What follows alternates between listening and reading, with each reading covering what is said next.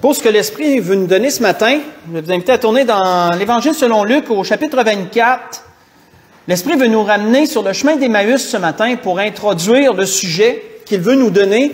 Donc, l'Évangile selon Luc, chapitre 24, on va relire cet endroit à partir du verset 13, on va lire jusqu'au verset 27 pour introduire le sujet ce matin.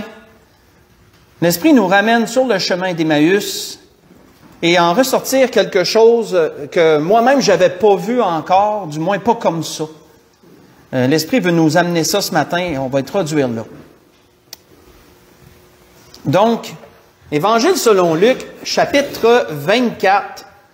On va débuter à partir du verset 13. On sait qu'on se situe à la résurrection du Seigneur, sauf que plusieurs ne savaient pas encore qu'il était ressuscité. Donc, il nous est dit, « Et voici ce même jour, deux disciples allaient à un village nommé Emmaüs, éloigné de Jérusalem de 60 stades, qui représente, je me suis mis des notes, qui représente environ 11 kilomètres. Donc, c'est une parenthèse comme ça pour nous donner un ordre d'idée. Et ils s'entretenaient de tout ce qui s'était passé. Pendant qu'ils parlaient et discutaient, Jésus s'approcha et fit route avec eux. Mais leurs yeux étaient empêchés de le reconnaître. Il leur dit, « De quoi vous entretenez-vous en marchant? » Et ils s'arrêtèrent, l'air attristés. L'un d'eux, nommé Cléopas, lui répondit, « Es-tu le seul qui, séjournant à Jérusalem, ne sache pas ce qui est arrivé ces jours-ci? » Quoi leur dit-il? Et ils lui répondirent, « Ce qui est arrivé au sujet de Jésus de Nazareth, qui était un prophète puissant en œuvre et en parole devant Dieu et devant tout le peuple. Et comment les principaux sacrificateurs et nos magistrats l'ont livré pour le faire condamner à mort et l'ont crucifié. Nous espérions que ce serait lui qui délivrerait Israël, mais avec tout cela, voici le 3e jour que ces choses se sont passées. Il est vrai que quelques femmes d'entre nous nous ont fort étonnés. S'étant rendues de grand matin au sépulcre et n'ayant pas trouvé son corps, elles sont venues dire que des anges leur sont apparus et ont annoncé qu'il est vivant. Quelques-uns de ceux qui étaient avec nous sont allés au sépulcre, et ils ont trouvé les choses comme les femmes l'avaient dit, mais lui, ils ne l'ont point vu. Alors Jésus leur dit, « Ô homme sans intelligence, et dont le cœur est lent à croire tout ce qu'ont dit les prophètes, ne fallait-il pas que le Christ souffre ces choses et qu'il entre dans sa gloire? » Et commençant par Moïse et par tous les prophètes, il leur expliqua dans toutes les Écritures ce qui le concernait. On va arrêter ici. Donc, nous voyons quoi ici? Nous voyons deux hommes qui étaient dans une attitude, frères et sœurs, très spécifique. À cause que le Seigneur leur avait annoncé que le 3e jour, il ressusciterait et qu'ils ne l'avaient pas encore vu, quoiqu'ils avaient entendu les échos de certaines choses, on voit deux hommes ici qui étaient attristés. Deux hommes ici qui étaient attristés, qui étaient découragés et qui étaient dans le doute. Qui étaient dans le doute concernant toutes ces choses que le Seigneur leur avait annoncées. Pourquoi dans le doute? Parce qu'ils disent au verset 21, « Nous espérions au passé. » Donc, notez le terme, notez que c'est le participe passé. Et donc, cela démontre qu'ils avaient de l'espoir, mais là, c'était pas mal amenuisé. Cet espoir-là, c'était de beaucoup amenuisé. Donc, ils étaient dans un certain doute. Des gens attristés, découragés et dans le doute. Concernant, dans leur marche chrétienne, on pourrait dire, concernant le Seigneur. Et on voit que Jésus fait route avec eux sans qu'ils le reconnaissent et qu'il leur pose des questions, sachant toutes choses, sachant tout ce qui s'était passé. Bien sûr, il l'avait vécu, c'est lui qui avait vécu ces choses. Et on voit que Jésus leur apporte une réprimande. Et l'Esprit veut nous arrêter ce matin sur la réprimande. Si on la relit ensemble au verset 25, la réprimande que le Seigneur leur a faite, quand Jésus leur a dit, « Ô homme sans intelligence et dont le cœur est lent à croire. » Dont le cœur est lent à croire tout ce qu'ont dit les prophètes. L'Esprit m'a arrêté sur une chose qui m'a vraiment... Je me suis posé des questions, puis je peux vous dire que j'ai médité quasiment juste au moins 1 heure juste là-dessus. Est-ce que le Seigneur, pour bien le comprendre, est-ce que le Seigneur est en train de leur dire ici qu'il ne croyait à rien de tout ce que les prophètes avaient dit? Puisqu'il leur dit, dont le cœur est lent à croire tout ce qu'ont dit les prophètes. Est-ce que le Seigneur ici est en train, premièrement, il faut clarifier ça pour comprendre ce que l'Esprit nous dit ce matin. Est-ce que premièrement, le Seigneur les accusait de ne rien croire du tout de tout ce que les prophètes ont dit? Surtout, en fin de compte. Ça, il faut bien comprendre cette question, parce que quand l'Esprit m'a amené ça, dont le cœur est là à croire à tout ce qu'ils ont dit les prophètes, mais là, je me suis dit, ça veut-tu dire qu'ils ne croyaient pas à rien de la Bible, ils ne croyaient pas à rien de la Torah, parce que c'est tous des écrits des prophètes? Ça veut-tu dire qu'ils croyaient à rien pantoute, puis le Seigneur les accusait sur ça? Là, je me dis, attends une minute, il faut développer. Donc là, je me suis mis, bien sûr, à faire mes recherches, à méditer sur ça, à faire mes recherches. Quand on regarde le mot grec pour tout, le mot c'est pas. P-A-S. Nous, on ne dit pas pour d'autres raisons, mais c'est pas. Ils l'écrivent comme ça. Pas. Et quand on regarde le mot pas, qui représente tout, peut être dit il peut avoir différentes significations, peut avoir 7 significations différentes. Je ne pensais même pas que le mot tout pouvait avoir autant de significations. Et ça dépend toujours du contexte dans lequel il est donné. On voit ici que le mot passe représente un ensemble de choses, et j'ai noté la définition, un ensemble de choses sans pour autant qu'elles soient toutes individuellement comprises. Et on me dit, attends une minute, qu'est-ce que ça veut dire? Autrement dit, ça veut dire que parfois dans la Bible, lorsque le mot tout est mentionné, ça ne veut pas dire absolument tout. Ça veut dire tout sur un sujet défini, sur un ensemble de choses définies, même si c'est dit tout dans un contexte général. OK, comment on peut le comprendre maintenant, ça? Je vais juste vous lire un autre endroit, et vous allez voir que ça va devenir clair. On voit que dans un autre endroit, dans Luc chapitre 2, verset 1, pas besoin de tourner, je vous lis un verset. Il nous est dit qu'en ces temps-là, parut un édit de César Auguste ordonnant un recensement de toute la terre. Hein, ça, c'est lorsque Joseph et Marie ont dû aller à Bethléem pour se faire recenser. Dans Luc 2, verset 1. Donc, la Bible nous dit qu'en ce temps-là, parut un édit de César Auguste pour un recensement de toute, notez le mot, toute la terre. Ça voulait dire quoi? Est-ce que ça voulait dire que toute la terre entière devait aller se faire recenser dans leurs villes respectives? Est-ce que ça veut dire que ça touchait les Amérindiens de l'Amérique du Nord qui vivaient à ce temps-là, ça touchait les Celtes, ça touchait les Perses, ça touchait les Chinois, ça touchait les Mongols, etc. Là, on comprend assez vite que non. On comprend assez vite que toute la terre voulait dire la terre qui était dirigé, conquis par les Romains. Ça comprenait tout le territoire conquis par les Romains, mais ça comprenait pas toute la terre entière. Quoi qu'il ait dit, toute la terre. Donc, on comprend que c'était peut-être un point de traduction ici, mais on comprend que le mot « passe », qui était également mentionné dans Luc 2, verset 1, même si ça dit tout, il faut regarder le contexte pour comprendre que parfois ça veut seulement dire sur un ensemble de choses et non absolument tout. Si on se rapporte à ce que le Seigneur a dit, quand que le Seigneur leur a dit que leur cœur était lent à croire tout ce qu'ont dit les prophètes, ça ne voulait pas dire qu'ils ne croyaient absolument rien de la Torah, des écrits de tous ces prophètes. Mais ça voulait dire que leur cœur était lent à croire tout ce que les prophètes avaient dit concernant Jésus. C'est pourquoi, plus bas, la Bible nous dit que, en commençant par Moïse, Jésus leur a expliqué dans les Écritures tout ce qui le concernait. Donc, comprenons-nous, est-ce que c'est rendu plus clair? Que le mot « tout » que le Seigneur a mentionné ne voulait pas dire absolument tout les écrits, mais c'était tout ce qui concernait Jésus.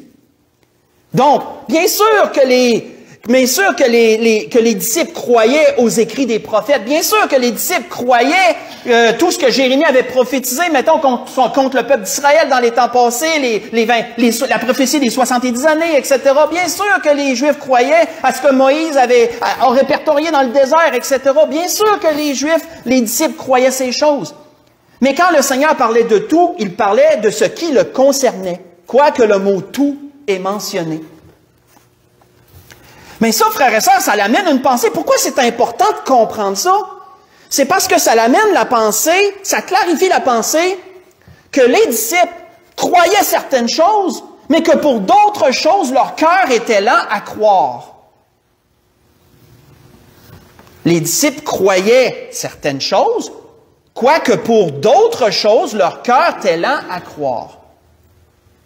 Et pourquoi, frères et sœurs, leur attitude, là, était-elle triste? Était-elle dans la déception, dans le découragement et dans le doute? Pourquoi leur attitude était-elle comme ça? Parce qu'ils étaient éprouvés sur ce que leur cœur était lent à croire. Est-ce que c'est clair? Pour les choses qu'ils croyaient fermement, pas de problème. Mais pour les choses dont leur cœur était lent à croire, ils venaient d'être éprouvés ici.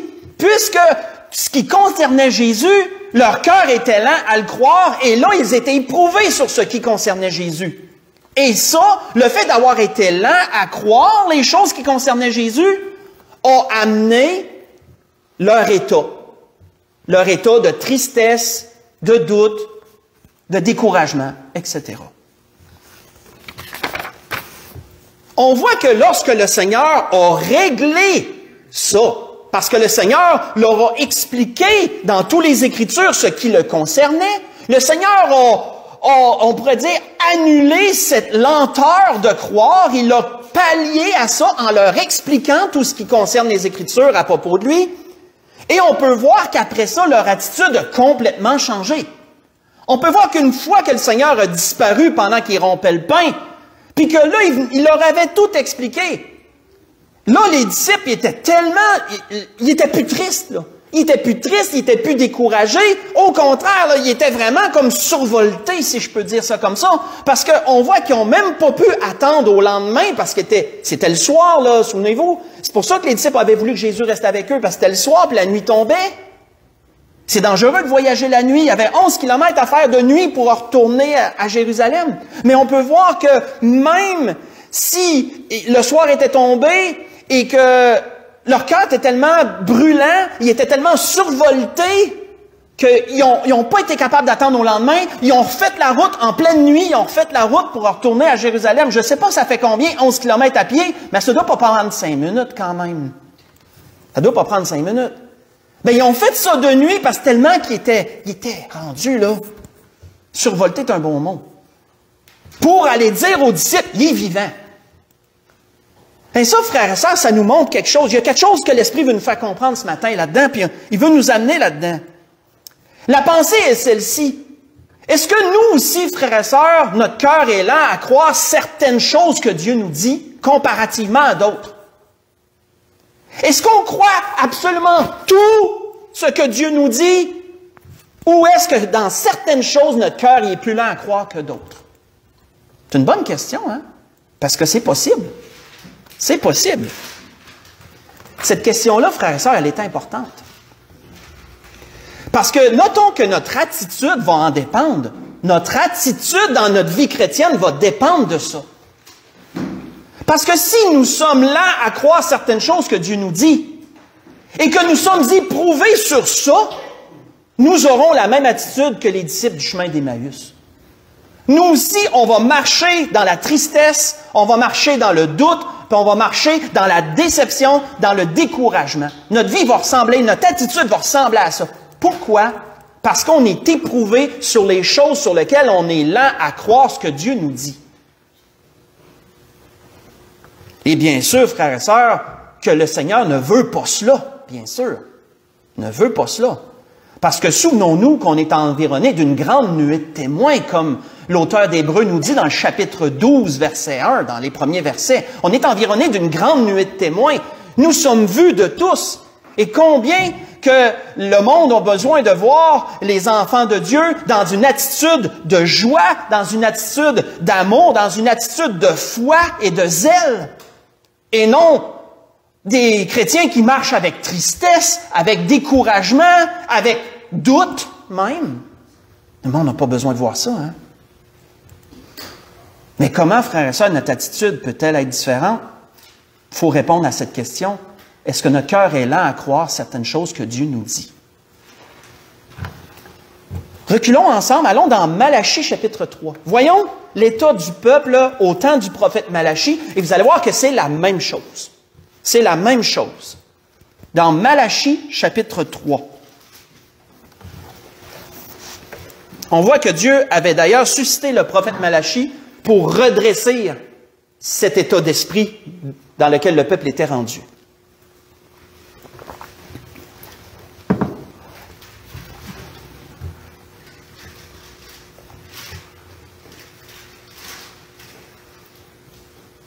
Dans Malachie chapitre 3, si on lit du verset 13 au verset 15. Dieu dit à son peuple, « Vos paroles sont rudes contre moi, dit l'Éternel. Et vous dites, qu'avons-nous dit contre toi? Vous avez dit, c'est en vain que l'on sert Dieu. Qu'avons-nous gagné à observer ses préceptes? À marcher avec tristesse. » Hein? Pourquoi tu es obligé de marcher avec tristesse quand tu sers Dieu? Il y a une raison pour ça, hein? On va voir plus loin. Et à marcher avec tristesse à cause de l'Éternel des armées. Maintenant, nous estimons heureux les hautains. Oui, les méchants prospèrent. Oui, ils tentent Dieu. Ils échappent. On va arrêter ici. On voit quoi ici, frères et sœurs? On voit que l'attitude du peuple, dans leur observation de la loi, était une marche de tristesse. C'était une marche de tristesse, de découragement, de doute aussi, parce qu'ils se disaient qu'est-ce qu'on gagne à servir Dieu? Qu'est-ce qu'on gagne à le servir? Les méchants, les hautains sont heureux, puis nous, on est malheureux. Mais pourquoi tu es malheureux à servir le Seigneur? Hein? C'est une question. Pourquoi tu serais malheureux? Qu'est-ce que Dieu leur a dit par son prophète? Dieu leur a dit exactement la même chose que le Seigneur leur a dit sur le chemin d'Emmaüs.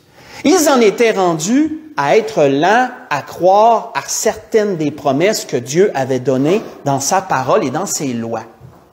Ils en étaient rendus à être lents à croire ces choses. Et ça le produit quoi? Ça le produit leur état, parce qu'ils étaient éprouvés sur ces choses sur lesquelles ils étaient rendus lents à croire. On voit qu'ils ne croyaient plus que de servir Dieu pouvait leur ramener un plus-value dans leur vie. Et pourtant, c'était tout le contraire, mais ils avaient négligé Dieu sur à peu près tout. Puis après ça, ils se posaient des questions, pourquoi il y avait tant de misère, puis pourquoi ils marchaient avec tristesse. Leur cœur était rendu lent à croire. Et c'est de là, frères et sœurs, c'est de là que, quand on lit précédemment, c'est une autre parole à surligner dans notre Bible, c'est de là qu'au verset 10, Dieu les a mis à l'épreuve. Hein? Dieu les a mis à l'épreuve. Il leur a dit, « Apportez donc à la maison du trésor toutes les dîmes, afin qu'il y ait de la nourriture dans ma maison. Mettez-moi de sorte à l'épreuve, dit l'Éternel, et vous verrez si j'ouvrirai pas les écluses des cieux, si je ne répands pas sur vous la bénédiction en abondance. » Arrêtez d'être lent à croire sur ce que je vous promets. Appliquez-le et vous verrez, votre attitude va changer. Parce que vous allez voir la manifestation de Dieu. Somme toute. Vous savez, frères et sœurs, quand l'apôtre Paul dit aux Philippiens cette parole, « Réjouissez-vous toujours dans le Seigneur. » Je le répète, « Réjouissez-vous » leur disait-il, hein, dans Philippiens 4, verset 4. Mais frères et sœurs, c'est impossible de se réjouir dans le Seigneur toujours si notre cœur est lent à croire certaines choses. Ça ne veut pas dire qu'on ne croit absolument rien de ce que Dieu nous dit. Ça ne veut pas dire ça. Mais sur certaines choses, on est lent à croire. À cause de ça, notre cœur est triste. Parce qu'on est éprouvé sur ça. À cause de ça, on ne peut pas se réjouir dans le Seigneur toujours. Mais frères et sœurs, il faut corriger ça. Parce que si notre cœur n'est plus lent à croire, nous serons comme les disciples, nous serons dans la joie. Nous serons dans la joie. Quand le Seigneur a réglé ça, ce n'était plus la même attitude. C'est la même chose. Si on tourne dans Jacques, voyons ce que Jacques nous dit dans Jacques chapitre 1. Sur certains points, frères et sœurs, on va voir, c'est toujours la même réponse. C'est toujours le même problème, c'est toujours la même réponse. Dans Jacques chapitre 1.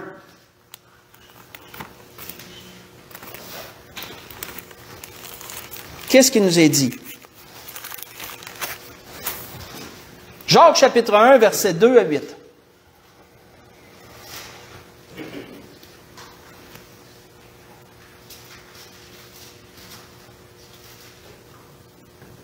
Mes frères, disait-il, regardez comme un sujet de joie complète les diverses épreuves auxquelles vous pouvez être exposés, sachant que l'épreuve de votre foi produit la patience, mais il faut que la patience accomplisse parfaitement son œuvre, afin que vous soyez parfaits et accomplis sans faillir en rien. Mais premièrement, d'être capable de regarder comme un sujet de joie les diverses épreuves auxquelles on est exposé, faut pas que notre cœur soit lent à croire pour ça. Parce que sinon, ça ne sera pas possible. Si notre cœur est lent à croire certaines choses, ça ne sera pas possible. Si quelqu'un d'entre vous manque de sagesse, qu'il la demande à Dieu, qui donne à tous simplement et sans reproche, et elle lui sera donnée. Mais qu'il la demande avec foi sans douter. Car celui qui doute est semblable au flot de la mer, agité par le vent et poussé de côté et d'autre, qu'un tel homme ne s'imagine pas qu'il recevra quelque chose du Seigneur. C'est un homme irrésolu et inconstant dans toutes ses voies. D'où vient, frères et sœurs, le doute, si ce n'est pas que notre cœur est lent à croire ce que Dieu nous dit? Comment, frères et sœurs, pouvons-nous ne pas douter de ce que Dieu nous dit? C'est que, justement, nous ne soyons plus lents à croire ce que Dieu nous dit. Parce que le doute vient de là. Tout comme la tristesse et tout comme le découragement. Ces choses viennent du fait qu'on est lent à croire certaines choses. On voit que Jacques disait plus loin, faites juste écouter. Jacques disait ceci, et ça avait rapport avec ce qu'on vient de lire ici, ça avait un lien. Jacques disait, je vais commencer au bon endroit, vous demandez et vous ne recevez pas. Parce que vous demandez mal dans le but de satisfaire vos passions. Vous demandez et vous ne possédez pas. D'où vient le fait, frères et sœurs, que quelqu'un ne demande pas? Justement, excusez, le verset 2 disait qu'il ne demande pas. Oui, vous convoitez, vous ne possédez pas, vous êtes meurtriers et envieux, vous ne pouvez pas obtenir, vous avez des querelles et des luttes, vous ne possédez pas parce que vous ne demandez pas. Et ensuite, vous demandez, mais vous ne recevez pas. Oui. Premièrement, il dit, vous ne demandez pas. Qu'est-ce qui fait qu'on ne demande pas? Ben, c'est parce que notre cœur est lent à croire certaines choses et donc on ne les demande pas. Parce que notre cœur est lent à y croire. D'où vient le fait que vous demandez et vous ne possédez pas parce que vous demandez mal? Ben, c'est parce que notre cœur est lent à croire certaines choses que nous ne demandons pas ou que nous demandons mal. Si notre cœur ne serait pas lent à croire, nous demanderions et comme le Seigneur le dit, nous recevrions. Parce que le Seigneur a dit, demandez et vous recevrez. On voit que, comme on peut voir, ce que l'Esprit nous dit ce matin n'est pas banal. Parce que, frères et sœurs, on a parlé tantôt en préambule, quand on jasait ensemble, de temps difficiles qui sont à nos portes. Et sachons, frères et sœurs, que si notre cœur est lent à croire, on va être éprouvé sur ce qu'on est lent à croire, c'est sûr. Ça va toucher à quelque chose, veut pas, ce qui s'en vient. Et là, frères et sœurs, quelle sera notre attitude? Est-ce qu'on doit, comment je pourrais dire, est-ce qu'on doit, je cherche le bon mot, j'ai comme un blanc de mémoire. Est-ce qu'on doit continuer notre marche chrétienne jusqu'à ce que le Seigneur revienne nous chercher dans la tristesse, dans le doute, dans le découragement, comme si on traîne la langue à terre lorsque le Seigneur va finalement dire « Viens avec moi ». Faut-tu en être rendu à traîner la langue à terre comme si on était rendu qu'on faisait un chemin de croix, comme les catholiques disaient, à cause qu'on attend après le Seigneur? Absolument pas, frères et sœurs, absolument pas. Faut au contraire être des enfants de Dieu. L'état optimal, c'est des enfants de Dieu qui sont dans la joie, qui sont dans la foi et dans l'amour que le Seigneur revient chercher. Mais comment pouvons-nous avoir cette attitude-là lorsque le Seigneur va revenir nous chercher? Mais c'est quand notre cœur ne sera pas lent à croire certaines choses, contrairement à d'autres. lorsque nous allons absolument croire tout ce que Dieu nous dit, parce que c'est Dieu qui le dit, l'attitude va être en fonction de cela. Si on tourne dans Romains chapitre 10, quelle était la solution que l'apôtre Paul amenait par rapport à ça? L'apôtre Paul identifie deux choses dans Romains chapitre 10, et c'est un peu comme une solution. Dans Romains chapitre 10.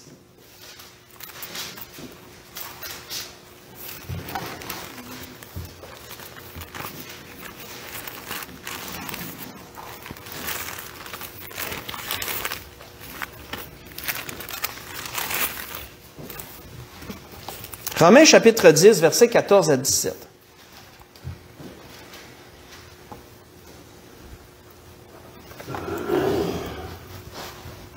On va voir le raisonnement de l'apôtre Paul, et à travers son raisonnement, il apporte deux choses. Il apporte deux raisons pour lesquelles on peut être lent à croire, et quelle est la solution. On voit que l'apôtre Paul commence en disant, verset 14, Romains chapitre 10, « Comment donc invoqueront-ils celui en qui ils n'ont pas cru? Et comment croiront-ils en celui dont ils n'ont pas entendu parler? Comment en entendront-ils parler s'il n'y a personne qui prêche? Comment y aura-t-il des prédicateurs s'ils ne sont pas envoyés? Selon ce qu'il est écrit, qu'ils sont beaux les pieds de ceux qui annoncent la paix, de ceux qui annoncent de bonnes nouvelles. » Citation de parole d'Ésaïe le prophète. Mais tous n'ont pas obéi à la bonne nouvelle. Aussi Ésaïe dit-il, « Seigneur, qui a cru à notre prédication? » Ainsi, la foi vient de ce qu'on entend, et ce qu'on entend vient de la parole de Christ. La foi vient de ce qu'on entend, et ce qu'on entend vient de la parole de Christ. On va arrêter là. L'apôtre Paul amène une logique, comme il fait parfois. En parlant du témoignage, lui, c'était spécifiquement sur le sujet du témoignage, mais il amène une chose. Comment les gens croiront-ils? Premièrement, il amène ça. Comment vont-ils invoquer celui en qui ils n'ont pas cru? Et après ça, il dit, mais comment ils vont croire s'ils n'en entendent pas parler? Puis là, il va de logique en logique comme ça. Il y a deux raisons à travers ce que l'apôtre Paul nous dit, il y a deux raisons pour lesquelles notre cœur peut être lent à croire. Soit qu'on ne sait pas, et parce qu'on est ignorant sur un tel sujet, notre cœur est lent à croire, parce qu'on ne le sait pas. On n'a pas été éclairé sur ça. Ou soit parce qu'on ne sait pas assez. On est trop ignorant. On sait un petit peu, mais pas assez. Et ça fait qu'on est lent à croire sur la chose en question. Ça, c'est deux raisons pour lesquelles notre cœur est lent à croire. Soit qu'on ne le sait pas, ou soit qu'on ne le sait pas assez. Et ces deux choses peuvent être réglées comment, frères et sœurs? Elles peuvent être réglées par la connaissance. La connaissance des promesses de Dieu. La connaissance de ce que Dieu nous dit. Ces deux choses peuvent être réglées de cette façon-là. Parce que l'apôtre Paul disait, comment régler tout ça? La foi vient de ce que tu entends, et ce que tu entends vient de la parole de Dieu. C'est comme ça que tu pallies le manque. Ça, frères et sœurs, ça nous ramène à l'importance de lire la parole de Dieu. Ça nous ramène à l'importance de lire la parole de Dieu pour connaître ses promesses. Parce que si tu connais ses promesses, ton cœur va être beaucoup plus lent à croire que si tu ne les connais pas. Ou si tu les connais peu. À lire la parole de Dieu. Écoutez toutes les prédications. Écoutez les prédications que le Seigneur donne par ses oints. Quand vous savez qu'un homme est fidèle de Dieu, nourrissez-vous des prédications que vous entendez d'hommes fidèles. Pas de n'importe quoi, bien sûr, parce qu'il y a n'importe quoi maintenant sur le net. Mais il y en a sur le net qui sont quand même des bons prédicateurs. Je me considère pas si mauvais que ça. Je dis pas que je suis parfait, mais il y en a d'autres aussi. Nourrissons-nous de ces prédications. Nourrissons-nous de la lecture de la parole de Dieu. Pourquoi? Parce qu'en faisant ces choses, en se nourrissant comme ça, notre cœur va être moins lent à croire ce que Dieu nous dit sur certaines choses ou sur certaines autres. Que si nous demeurons ignorants ou mal informés, là, oui, notre cœur va être lent à croire. Et notre attitude va suivre ça, comme on l'a démontré. Notre attitude va suivre ça. Ça nous ramène sur l'importance, surtout dans les temps qu'on est rendu. Plus les temps avancent, plus les temps deviennent difficiles, plus que l'enfant de Dieu devrait avoir le nez plongé dans la Bible, plus que l'enfant de Dieu devrait être en prière et plus que l'enfant de Dieu devrait écouter, absorber les prédications et tout ce qu'il entend de la parole de Dieu. Pas pas le contraire, malheureusement, c'est l'inverse. Plus les temps sont difficiles, mais plus il y a une certaine, on peut dire tout le monde, c'est ça, le mot tout, faut pas dire tout le monde, mais plus certains se relâchent dans la lecture, se relâchent dans la prière, se relâchent dans des écoutes des messages, parce que ça lui dit moins quelque chose, etc. Et là, plus leur attitude devient lent à croire certaines choses, et là, plus ils sont tristes, plus ils sont déçus, plus ils sont dans le doute. Voyez-vous que tout ça s'enchaîne d'une certaine façon. Et frères et sœurs, comprenons que ça va aller de pire en pire. Je vous apprends rien. D'autant plus, donc, que nous devons marcher à contre-courant dans ces choses. Lecture, prière, méditation, écoute sont des choses qui doivent revenir. C'est d'ailleurs ça que l'apôtre Paul disait à Timothée. Et là, on va voir que le mot « tout » prend une autre signification. Lorsque l'apôtre Paul dit à Timothée, « Toute écriture est inspirée de Dieu et utile pour enseigner, pour convaincre, pour corriger, pour instruire dans la justice. » Dans 2 Timothée 3, verset 16. Encore là, le mot « passe » est utilisé ici. Mais, encore là, une autre signification du mot « passe », toujours avec le contexte, peut vouloir dire aussi chaque chose individuellement. Donc, dans un certain contexte, le mot « tout » passe veut dire pas absolument tout, mais certaines choses sur un sujet défini. C'est ce qu'on a vu à propos du Seigneur, c'est ce qu'on a vu, ce que le Seigneur disait. Mais aussi, le mot « passe » peut vouloir dire chaque chose individuellement. Donc, quand on dit tout, c'est absolument tout. Ici, il nous est dit que toute écriture est inspirée de Dieu. Donc, ça ne veut pas dire certaines et d'autres. Non! Le tout ici veut dire absolument tout. Chaque écrit qui vient de Dieu est utile pour inspirer, pour corriger, pour instruire, etc., etc. Un bon exemple pour appuyer, se dire, cette deuxième signification du mot « tout » passe. Je vais juste vous lire un autre endroit dans la parole et vous allez voir que ça prend encore tout son sens. On voit que quand que le Seigneur a fait la multiplication des pains pour les 5000 hommes, qu'est-ce qu'il nous est dit à la fin? Tous mangèrent, passe, tous mangèrent et furent rassasiés et l'on emporta 12 paniers pleins des morceaux qui restaient. Matthieu 14, verset 20.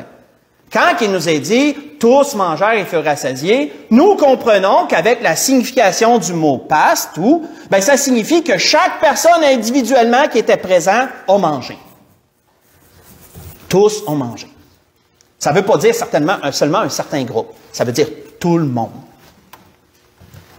Donc, puis je vous invite dans votre lecture, si vous rencontrez le mot « tout » quelque part, faites l'exercice. Mettez-vous en méditation, puis est-ce que le tout veut dire juste une portion ou absolument tout? Et vous allez voir que le mot tout, il est au-dessus de 1000 quelques fois dans la Bible. C'est un mot assez répandu pour différents contextes. Donc, c'est un exercice intéressant à faire. Je vous invite à le faire. Ça peut amener une petite compréhension supplémentaire sur certains points. Dernière chose avant d'aller à la conclusion, tournons dans Hébreux chapitre 5. Hébreux chapitre 5. Un dernier point, toujours sur le même sujet. Dans l'auteur aux Hébreux, chapitre 5.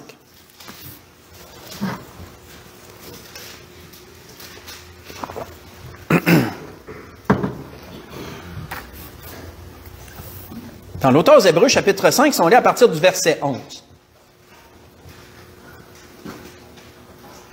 Et on en a un ici qui n'avait pas avancé l'heure. On vous aime, mon frère. Bonjour.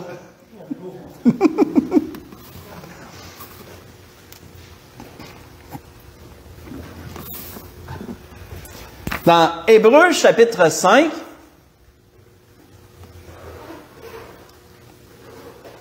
à partir du verset 11 jusqu'au verset 14, l'auteur nous dit, « Nous avons beaucoup à dire là-dessus et des choses difficiles à expliquer parce que vous êtes devenus lents à comprendre. » Notez, il ne dit pas vous êtes devenus lents à croire, il dit vous êtes devenus lents à comprendre, mais vous allez voir que ça se rapporte. Les deux sont liés là. Vous, en effet, qui depuis longtemps devriez être des maîtres, vous avez encore besoin qu'on vous enseigne les rudiments, qui veut dire la base. Les rudiments des oracles de Dieu, vous en êtes venus à avoir besoin de lait et non de nourriture solide. Or, quiconque en est au lait n'a pas l'expérience de la parole de justice, il est comme un enfant. Mais la nourriture solide est pour les hommes faits, autrement dit les adultes, les hommes adultes. Les hommes faits pour ceux dont le jugement est exercé par l'usage à discerner ce qui est bien de ce qui est mal. On va arrêter ici. D'où vient le fait, frères et sœurs, que nous sommes lents à comprendre certaines choses? Ça vient, frères et sœurs, du fait que nous sommes lents à croire à ces mêmes choses. Les deux sont liés. Si nous sommes lents à croire à telle parole que le Seigneur nous dit, nous serons lents à comprendre cette même parole-là, puisque nous sommes lents à y croire à la base. Lorsqu'on revient à l'introduction, pas besoin d'y tourner, mais lorsqu'on ramenons notre pensée sur le chemin d'Emmaüs, là où l'Esprit nous a tiré le sujet de ce matin, lorsque le Seigneur leur a dit qu'ils étaient là à croire les écrits des prophètes le concernant, c'est ce qu'on comprend, mais on peut voir que c'est parce ils n'avaient pas compris ces écrits-là qu'ils étaient là à croire. Une fois que le Seigneur leur a expliqué les écrits le concernant, on voit qu'ils n'ont plus été là à croire, puisqu'ils ont compris. Voyons-nous la corrélation avec la lenteur de comprendre, avec la lenteur de croire. Les deux sont liés. L'apôtre Paul, faites juste écouter, avait dit quelque chose aux Corinthiens à propos des Juifs qui va dans ce même sens-là. Il avait expliqué quelque chose aux Corinthiens concernant les Juifs, et ça va dans le même sens. Ce ne sera pas tellement long, je vais m'y rendre.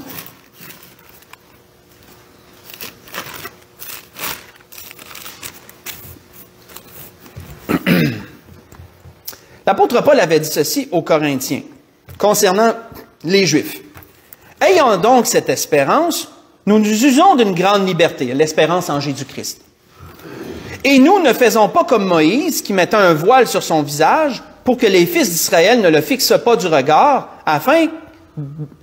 sur la fin de ce qui était passager. » Là, ici, l'apôtre Paul fait référence que dans le désert, parce que Moïse allait directement parler à Dieu face à face dans la tente, mais lorsque Moïse en ressortait, son visage était tellement illuminé, il éclairait, il était plus qu'un 100 watts, il éclairait à cause de sa présence avec Dieu, de sorte qu'il est obligé de se mettre un voile pour atténuer la lumière, parce que les gens avaient de la misère à le regarder en face. C'est quelque chose, juste parce qu'il était dans la présence de Dieu, juste à cause de ça.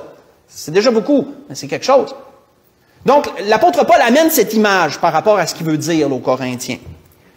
Mais, en parlant des Juifs, ils sont devenus lents, ils sont devenus durs d'entendement.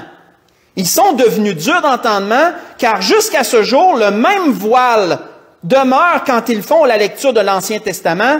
Il ne se lève pas, le voile ne se lève pas, parce que c'est en Christ que le voile disparaît. Jusqu'à ce jour, quand on lit Moïse, un voile est jeté sur leur cœur, mais lorsque leur cœur se convertissent au Seigneur, le voile est ôté. Vous voyez ça dans 2 Corinthiens 3, j'ai lu du verset 12 au verset 16. Pourquoi, frères et sœurs, les Juifs ont-ils un voile sur leur cœur lorsqu'ils lisent les écrits? Pourquoi sont-ils durs d'entendement, qui veut dire lents à croire, lents à comprendre? Être dur d'entendement, si je dirais à quelqu'un, « Hey, toi, t'es dur d'entendement », c'est comme si je dirais, « Hey, toi, t'es dur d'oreille. Hein? » Je te dis quelque chose, tu comprends rien de ce que je te dis. C'est ça. Être dur d'entendement, c'est une façon de dire, tu comprends pas, coudonc, ce que je te dis. Pourquoi les Juifs sont-ils durs d'entendement concernant Jésus? Ben, parce qu'ils sont lents à croire. Ils ne croient pas ce qui concerne Jésus, et donc, ça fait qu'ils sont durs d'entendement en rapport avec ce qui concerne Jésus. Et c'est ça ce que l'apôtre Paul leur disait avec l'image du voile. Le voile est toujours là, parce que c'est en Christ que le voile se lève. Tant qu'ils ne comprendront pas ça, tant qu'ils ne viendront pas au pied de la croix, qu'ils n'accepteront pas Jésus, mais le voile va rester pour les Juifs. Donc, on comprend l'image par rapport à ça.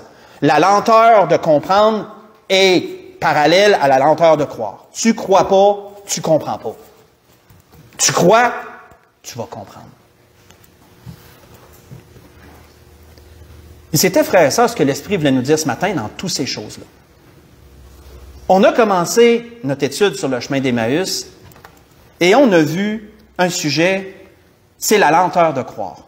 Ce que le Seigneur avait dit aux disciples, vous êtes lents à croire tout ce que dit l'Écriture. Et on a compris que le tout, j'ai mis beaucoup d'emphase là-dessus pour comprendre les différents contextes du mot tout, mot pas en grec, qui veut dire parfois un groupe de choses sur un sujet donné, mais pas absolument tout. Et dans d'autres fois, on a vu que tout veut dire absolument tout aussi. C'est toujours dans le contexte dans lequel c'est amené. Mais on peut voir quoi? On peut voir que même les chrétiens, on peut croire ce que nous dit la parole de Dieu, mais être lent à croire à certaines choses précises. Et si on est lent à croire certaines choses, mais lorsqu'on va être éprouvé sur ces choses sur lesquelles on est lent à croire, ça va être pareil comme les disciples sur le chemin d'Emmaüs, tu marches dans la tristesse dans ces temps-là. Tu es triste, tu es dans le doute, tu es découragé. Pourquoi? Parce que tu es éprouvé sur ce que tu es lent à croire. Mais quand quelqu'un n'est pas lent à croire, il est dans la joie, il est dans le zèle. Il est dans la joie, il est dans le zèle, il est dans la foi. Et c'est ça que le Seigneur veut pour chacun d'entre nous. Parce que plus les temps vont avancer, plus on va être mis à l'épreuve, et il ne faut pas que notre marche dans le Seigneur ressemble à un chemin de croix, où tu es pénible, c'est pénible, puis que tu arrives au bout de la ligne, tu es quasiment à quatre pattes à terre pour t'y rendre. Non. C'est pas comme ça qu'on doit se rendre à l'enlèvement. On doit se rendre debout, marchant, dans la foi, dans la joie. C'est comme ça qu'on doit se rendre à la ligne d'arrivée, si je peux le dire comme ça. C'est ça que l'Esprit voulait nous dire ce matin. Pour conclure, on va aller dans 1 Thessaloniciens, chapitre 1. 1 Thessaloniciens, chapitre 1. Et comprenons bien, ce que l'Esprit nous dit ce matin, ça ne veut pas dire qu'on n'aura pas de problème. Ça ne veut pas dire d'être dans le déni si on a des problèmes ou si on vit des difficultés. Ça ne veut pas dire d'être dans le déni, absolument pas. Mais ça veut dire de croire, de ne pas être lent à croire sur ce que le Seigneur nous dit. Et si on n'est pas lent à croire, ben notre attitude va être dans la joie malgré les difficultés. Ça va surmonter les difficultés, parce qu'on va être dans la foi que le Seigneur va agir, même si on vit des choses difficiles. C'est pas du déni, ça. C'est par-dessus ça, là. Qu'est-ce que l'apôtre Paul disait aux Thessaloniciens? C'est une louange que l'apôtre Paul leur donnait. C'est une louange qu'il donnait aux Thessaloniciens ici. Et notons les points sur lesquels il les louangeait. Si on lit du verset 2 à 7, 1 Thessaloniciens, chapitre 1, on va conclure là. Versets 2 à 7.